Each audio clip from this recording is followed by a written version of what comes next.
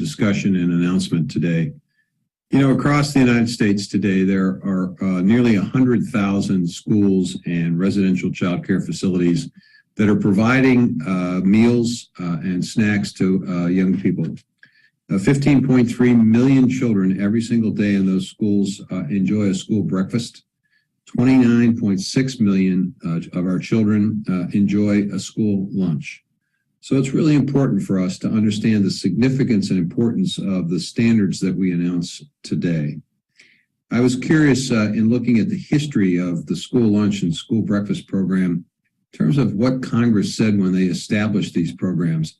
That was interesting that in the first paragraph of the Russell school lunch bill, Congress basically suggested it was a measure of national security to safeguard the health and well-being of our nation's children and to encourage the consumption of domestically produced nutritious agricultural commodities.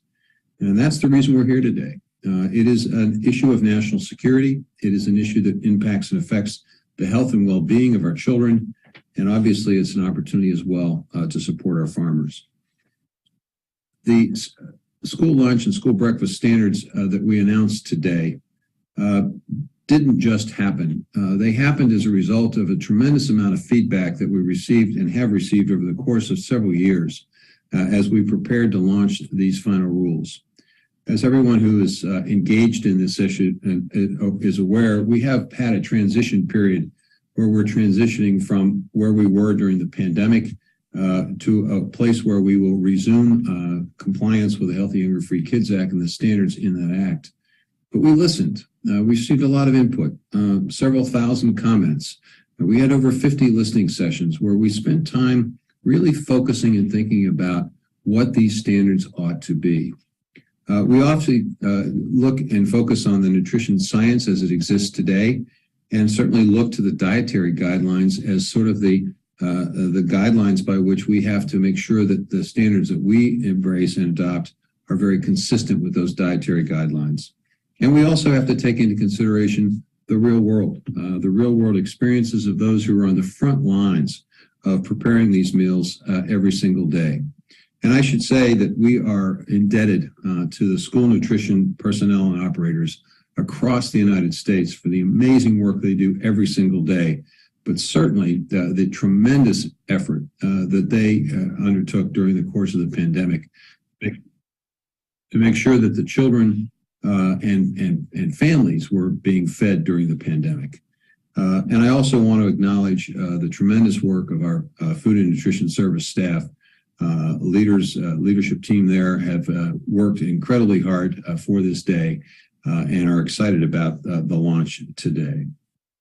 Why is it significant that we have nutrition standards? Well, the Freeman School of Nutrition at Tufts indicated after studying where children have access to foods outside of the home that the highest nutritional quality of meals that are prepared for young people in this country are at schools. So the standards are a way of making sure that we continue to meet that standard. The Center for Disease Control indicated a deep concern about the rising rate of obesity, more than triple in the rate of obesity among children and adolescents since the 1970s. 1 in 5 of America's children today are certainly challenged with the level of obesity, and it happens to be 1 in 4 of Hispanic and African American children. That's a heavy burden for those youngsters to carry, and it results oftentimes in low self-esteem, and it sometimes results in academic performance that is not up to the potential of those young people. And so it's important for us to understand the significance that these standards have on that very issue. It was interesting, a Health Affairs published study recently reported that for children in poverty, the rate of obesity declined significantly and substantially each year after the implementation of the Healthy, Hunger-Free Kids Act and the standards for higher nutritional quality. And in fact, obesity would have been 47% higher for those kids by 2018 if there had not been the standards in place. So this is a national security imperative. It's a healthcare imperative for our children. It's an equity issue. It's an educational achievement issue, and it's certainly an economic competitiveness issue, because if youngsters are not able to learn at the rate that they need to learn because of a variety of circumstances, we're just not going to be as competitive as we need to be. You know, school meals for about half of our children is the main source of nutrition. So it's important for us to listen. It's important for us to get this right. So as we listened, we learned that we needed to have a degree of flexibility in these standards. We need to phase in some of the changes that are going to take place to give people the opportunity to do this right. So we begin in the school year 2024 and 2025 with full implementation of all the standards across the board by the school year 2029-2030. Here are some of the takeaways that you'll see as you look at the rules and standards that are being proposed. In the area of milk, we're offering a set of options relative to access to low-fat and fat-flavored milk. The challenge, I think, for us is to determine who should receive the opportunity for flavored milk, and so we're soliciting input on that very issue. In sodium, we're looking at gradual reductions in both breakfast and lunch offerings. Now, we're phasing that in small increments. And why are we doing that? Because the Food and Drug Administration's guidelines are suggesting that that's the most appropriate way to embrace sodium reductions and at the same time continue to have acceptance. Sugar, for the first time, we're looking at an added sugar standard, phasing that in as well. Building on what we know already exists in the marketplace of low sugar products that we are currently using in our child and adult care food programs. And on whole grains, we continue to prioritize whole grains with some flexibility in that standard as well. We understand and appreciate it's important to create that link between producers of the foods that our youngsters are consuming and our youngsters. And for that reason, the standards that we address and announce today really are going to focus on trying to figure out ways in which we can encourage better linkage between local and regional food suppliers and schools. We look forward to the opportunity to listen and learn about these proposed standards as we launch them today. There's going to be a comment period of 60 days where people will be able to weigh in on what they think we got right, or where they think there needs to be modifications, and we'll take all that information into consideration. In order to help for some schools that continue to struggle with this, we're also establishing and announcing today a coalition or a partnership with Action for Healthy Kids. You know, we have a Healthy Meals Initiative, which we announced several months ago, and this is going to provide resources to the Action for Healthy Kids, and they're going to form a series of cooperative agreements where they're going to be able to make a series of grants to small and rural schools, potentially up to $150,000, to assist these schools in making the transition. It may be a staff issue, it may be food cost issue, it may be space or equipment needs. We know that they need help. This is a continuation of the work that we've done over the last 2 years to try to be listening and helpful as school districts deal with the many challenges that they face in terms of school nutrition. We also want to recognize, and our Action for Healthy Kids cooperative arrangement is going to allow us to also make a series of recognition awards for schools that are currently meeting or exceeding the standards. We want to lift up best practices. We want to acknowledge the good work that's being done by school nutrition operators all across America. And there'll be a series of healthy meal summits where we'll be able to provide information, the technical assistance and training, ways in which we can continue to be a solid partner with our school nutrition operators. Well, we're excited about this opportunity to launch these standards today. We're going to have a moderated discussion in just a few minutes. We have three very special guests. Shannon Ebron is with us today. She's the director of the child nutrition for the Riverview Gardens School District in St. Louis, Missouri. That is a job that involves the operation of 13 different schools in a centralized kitchen. No easy task there, that's for sure, and we're certainly happy to have Sharon with us today. We're pleased to have Jamie Walker Solis who is an equity innovator and a special ed teacher from my home state, from the Davenport Community Schools in Davenport, Iowa, a 25-year veteran, special ed teacher for the Davenport Community District. And boy, great to have teachers who understand and appreciate the importance of proper nutrition and great learning that's taking place in our schools. And finally, an opportunity for us to welcome April Eide, who is the president of the Alaska PTA Board of Managers, which is made up of the PTA volunteers from the state who serve as advocates for education in Alaska and work to assist PTA units across the state. Certainly appreciate the partnership we've had with PTA and the important role that parents obviously play in making sure that nutrition at schools is what it needs to be. So we'll be hearing from those three individuals in just a few minutes. But before we do, we have a short video that we'd like to show that sort of underscores the significance of what we're doing here in terms of standards and why this really embraces a wide variety of and critical needs for the nation. So with that, I'll ask the team to roll the video.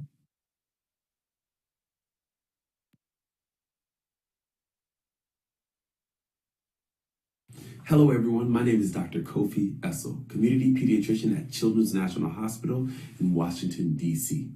When schools were closed in the early days of the pandemic, my colleagues and I began to realize the essential role that school meals played in supporting our families. The truth is that school meals have been shown to be the most nutritious meals that kids receive throughout their day. We have come a long way in improving its nutritional value and have seen many states and school districts make the decision to ensure that all students have access to a nutritious school meal at no charge. But you know what? We can do better. We must support policy that continues to improve the quality and accessibility of school meals nationwide. Why, you may ask? To optimize the health of the next generation, to empower families and decrease stress, and lastly, to ensure that no child goes hungry. Thank you. Hello, my name is Rich Gross. I'm a retired Army Brigadier General and a member of Mission Readiness, a nonprofit organization of nearly 800 admirals and generals who focus on strengthening national security by ensuring kids stay in school, in shape, and out of trouble. Today, approximately 77% of our nation's youth are ineligible to volunteer for military service, and obesity is the most common medical disqualifier. At Mission Readiness, we believe it's critical that all kids, regardless of what career path they may choose to pursue, have access to healthy, nutritious food. Improving existing school nutrition standards is a necessary step toward enhancing the health of our youth. It's critical to preserving our national security. On behalf of all the Mission Readiness members, thank you. Hi everyone, I am Chef Lorena Garcia. I know firsthand the power of a healthy meal. With 1 in 8 kids in America living with hunger, too many of our kids are missing the healthy meals they need to grow up strong. I am proud to work through my organization, Big Chef Chef, to change that. And there's no place better to find a meal than at school. School meals are an important source of nutrition and a lifeline to many students. We all need to do our part to make sure school meals are as healthy as they can be. And that the amazing school nutrition professionals working to feed the kids at school have the resources they need. Thank you all for working to ensure all kids have the food they need to thrive. Well, that's certainly a tough act to follow, but we've got three great guests who I think will be able to meet that challenge. Earlier I had an opportunity to speak to a group, and I shared with them a circumstance, a situation from my childhood. When I was in 4th grade, I had weight problems when I was growing up, and I was made fun of by my teacher, actually, because I couldn't do a math problem at the board, and she suggested it was because of my weight. And so I'm particularly sensitive about this issue of nutrition and children, and making sure that we do it right for kids, because I don't want anybody to have to go through an experience like the one I experienced. And so I think each of you are engaged and involved in all of this for a particular reason, not just because it's your job or because it's it's because you are a parent, but I think you must be coming to this with a personal passion. So Sharon, let me start with you and Shannon, and let me ask you, why do you do what you do? And then I'm going to go to Jamie, and then I'll go to April. I'm just really passionate about school meals because the community that I serve in as a child nutrition director, I know that my students experience food insecurity, and school meals help to reduce that food insecurity.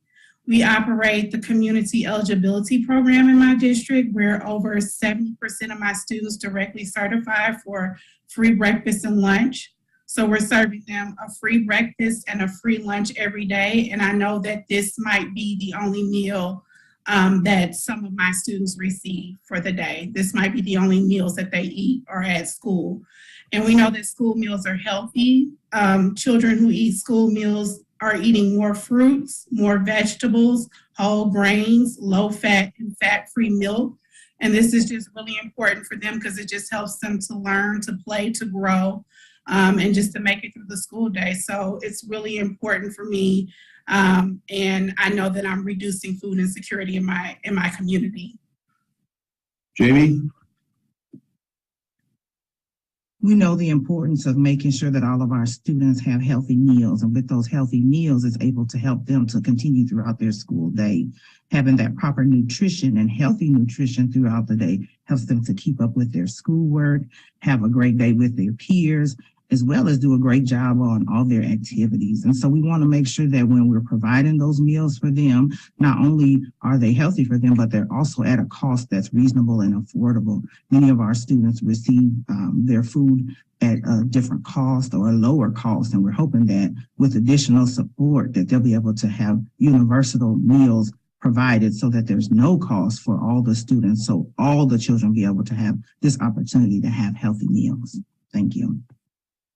April, your personal view about this. So for me, healthy school meals are important as a parent of 2 kids and as the PTA leader. Healthy children learn better and are more productive, both in and out of the classroom. Children need healthy meals to succeed and live up to their full potential. Healthy meals are critical to a healthy lifestyle, and providing children with healthy meals is essential to instill healthy habits they will carry into adulthood. As a parent, I work hard to provide my kids with balanced meals and healthy snacks. And it is important that these healthy eating habits are also supported at the school, the place where our kids spend the most time outside of our homes. And like our homes, schools are where children learn and reinforce healthy behaviors. As a PTA leader, I also know that for far too many children, school meals are a necessity, not a luxury. And it is essential that they are nutritious. Being a cafe owner, specialtying cupcakes and coffee, I make sure I provide healthy options, fruits, vegetables, salads, to help further along the healthy options. Additionally, living in Alaska, I know it's hard for Alaskans to eat healthy, particularly over the winter months, as fruits often expire within days. Having access to healthy meals in schools is critical to ensure nutritious foods are available to all children, and school meals and snacks are a critical source of nutrients children need to succeed and grow properly. Well, thank you for that, and thanks for reminding the important role of making sure that the offerings are culturally appropriate for students across this great country. I'd be interested, maybe starting with you, Jamie, in talking about what you think we need to do, what USDA, as a supporter, as a partner with local schools, what do you suggest that we can do more of or less of to make it a little bit easier? I'll go from Jamie to April and back to Shannon on that question.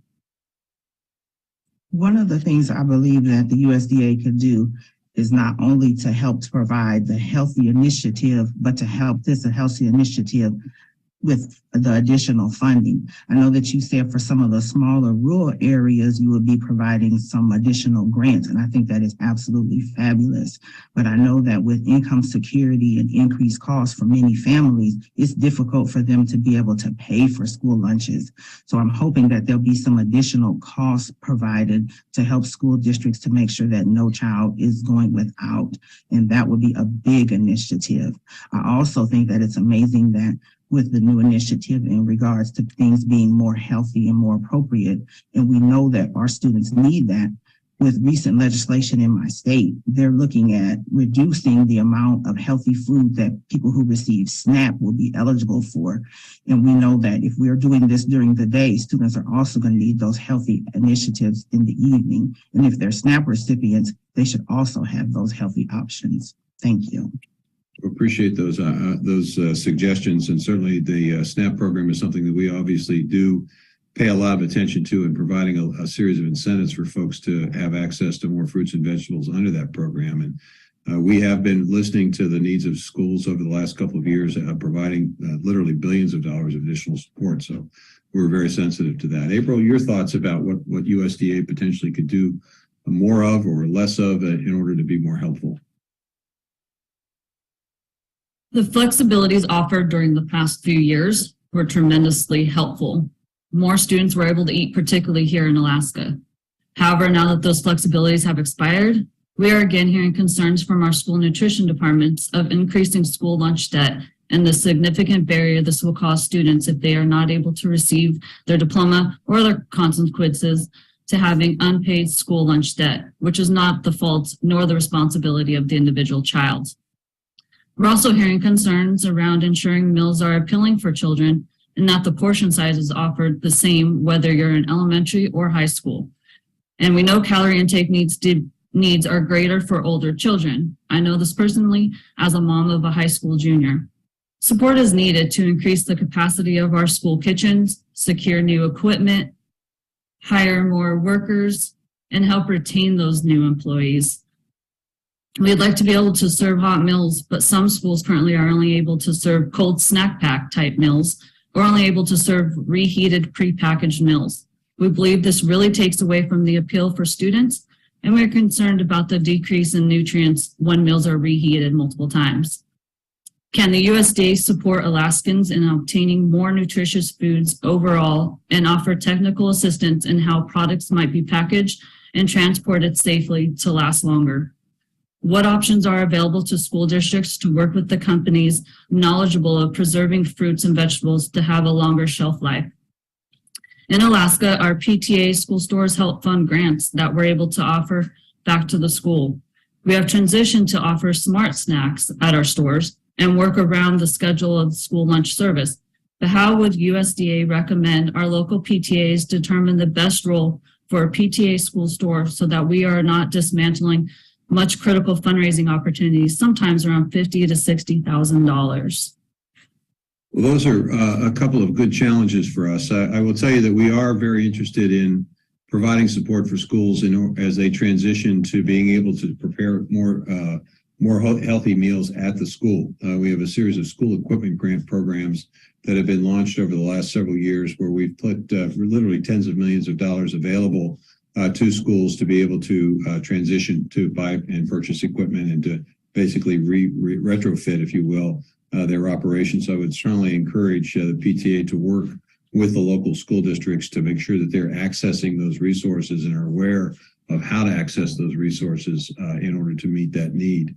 And it's obviously that, we are certainly aware of the need for flexibility. That's one of the reasons why what you will see is this, we've had a transition going from the way things were prior to the pandemic, obviously significant flexibilities during the pandemic for obvious reasons. And as we sort of evolve from the pandemic, we are gradually going back to the standards as they were before the pandemic, but it's gradual. We had a series of bridge years that we're in right now. The standards we're announcing with a proposed rule would not go into effect until the 24-25 school year. And then, as I said earlier, many of the additional requirements are going to be phased in over the course of the next several years following that.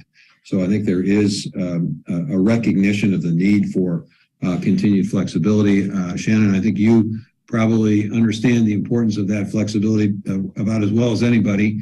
What can you offer in terms of what USDA ought to be thinking about doing more of or less of in this space?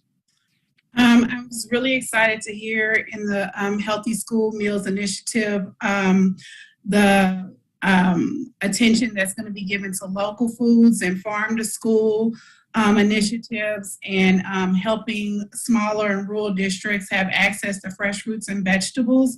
But I would really like to see USDA help to ensure that our students have more seat time to eat lunch and breakfast in our schools. As we know, things like an apple or the celery sticks or carrots in my background take more time to eat. They take more time to eat. Healthy foods, they're just more time consuming to chew. And, I would hope that we would have more seat time for our children to enjoy the healthy meals that my staff and I are providing to our school district. Another thing I would like to see is supporting the school nutrition workforce to figure out a labor pipeline to our school districts and into our school cafeterias with workforce development. Any day, I am short, in all of my schools and all of my school cafeterias, my staffing levels can go from anywhere from 20% to 50% of my employees out in one day. So I would really like to see some support with our labor workforce here in the school nutrition programs. This is an issue of workforce that we see throughout many of the mission areas of USDA, and with the American Rescue Plan resources, we are attempting to try to create more pipelines for folks in this business. I'm actually speaking to a group of community college trustees next week, and one of the messages I'm going to convey is the important role that community colleges can play in terms of meeting the pipeline needs, if you will, of critical areas and missions of our economy, particularly as it relates to the food and agriculture industry. So I will certainly convey that message on behalf of school nutrition operators. Got time for one more question, and that is, I'm really interested in how you think we need to or should engage the community at large, whether it's parents or school administrators or community leaders, healthcare professionals, military leaders. How do we get them more engaged in this issue of school meals? So the issue of time, the issue of adequate resources, the issue of flexibility can be understood, not just at the national level, but also at the state and local level. Let me start with you, April, if I could. Your thoughts about how do we engage communities more effectively, and then we'll go to Shannon, and we'll end up with Jamie there. So again, as a PTA leader, I've seen firsthand how powerful it is when parents, educators, school administrators, community leaders, and more come together for our kids. The phrase, "it takes a village to raise a child," is true in so many ways, including when it comes to teaching our kids healthy eating and lifestyle habits and giving them a healthy start. As part of engaging others in efforts to support healthy school meals, it is important to ensure all voices are heard and valued in conversations, and that all voices are invited to planning and decision-making conversations. It is also important that students are engaged in this effort. Survey students in the school to get their input. PTA champions two-way conversations between families and schools. Be honest with the families about any product or supply constraints the school nutrition department might be facing, and consider the role local school health and wellness policy committees can play, offering more proactive engagement with school nutrition departments for planning purposes and increasing engagement of families in the process. It is critical that everyone work together to support school meal programs in their communities. We are stronger together. These efforts will make a difference for the well-being and long-term success of all children. Great message. Shannon, your thoughts? Similar to April, I think that parents, community members, teachers, faculty, staff. They need to participate in our school nutrition councils and wellness committees that we have. We need to continue to engage students in taste tests and recipe contests. Some seniors are now working in school kitchens for, again, the workforce development that we kind of talked about earlier. But I think that communities just need to get engaged and come to the school cafeteria and even eat lunch with us. I think that it's about spending time in our schools and in our school districts to volunteer to make a difference.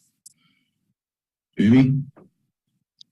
I especially like the idea of having the open houses where we're having time in our cafeterias. We have opportunities where we could have community gardens within our school grounds, potentially. We have opportunities where students are able to survey themselves, create the surveys for additional student activities in regards to what we could do better in our cafeteria and food spaces. Have the students beautify those spaces with their families. We could upgrade those areas so that our cafe spaces are more inviting. One thing that would be potentially amazing would be just to have that space be a place where it's not just a cafeteria, but also a community space. So there's so many things that we can do to pull in our community into these cafe spaces so that it's not just a space where the kids get to sit down for a few minutes, inhale their food, and then they're off to the races, back to their activities. It really could be an inviting space where they have the opportunity to enjoy their healthy meals, know that later in the day, this will be a community space where our families will be there and we get to enjoy each other, but also a time where we grow as a community. Thank you. I've got a few extra minutes here, and I'm going to take advantage of this because you all are experts and you've provided just a number of really interesting ideas and thoughts. And now I'm going to ask you to do the hard work. I'm going to ask you to identify what you believe the single most important thing we need to do to advance the nutritional quality and value of what our children have at school. If you had to pick one of those ideas that you've just expressed as being the most important idea, what would it be? Shannon, what would it be? I think it is about community engagement. Ultimately, I think we need, ideas from multiple stakeholders to make a change in our school nutrition programs. Jamie, what would you say? I would say the potential to have pre-order options so that students with dietary issues get to also have and partake in our healthy options. Okay. And April, you get the last word on this question. Easier access to fresh fruits and vegetables. Well, this has been a great conversation. I really appreciate you taking time. More importantly, I appreciate the commitment that each of you make every single day in the work that you do for our young people. I think over the course of the last half an hour, those who've watched this, I think, have had an understanding of the breadth of the importance of the school meals activities at schools. We've heard from a retired general who suggests that our national security is at risk if we don't attend to our children's health. We've heard from educators who understand and appreciate the connection between great nutrition and great learning. We've heard from physicians who understand and appreciate the challenges that can be created if we don't take the time and the attention and the effort to improve the quality of nutrition for our children. We've heard from individuals who are on the front lines of providing those meals, of many of the challenges that they face every single day, and the importance of the community understanding and appreciating how significant this is. And we've heard from parents who understand and appreciate that there needs to be a collaborative effort in order to ensure that youngsters have what they need from a nutritional standpoint, that it is culturally significant and culturally sensitive, that it also meets the dietary challenges that many of our youngsters currently face. And as people reflect on this, I hope that they understand that these standards are really designed to provide a nutritious meal because of the significance that that meal has to learning, to healthcare, to the future of this country. So I appreciate you all joining us today. I can commit to you that we are going to launch these proposed standards. We're going to listen and learn. We're going to continue to try to find ways in which we can be helpful because at the end of the day, every single day, that 15.3 million children who are enjoying a school breakfast or the 29.6 million kids who are relying on a good school lunch are relying on all of us to do the job right. And we are committed to doing that. So thank you all very much for participating. And I look forward to continued conversation on this.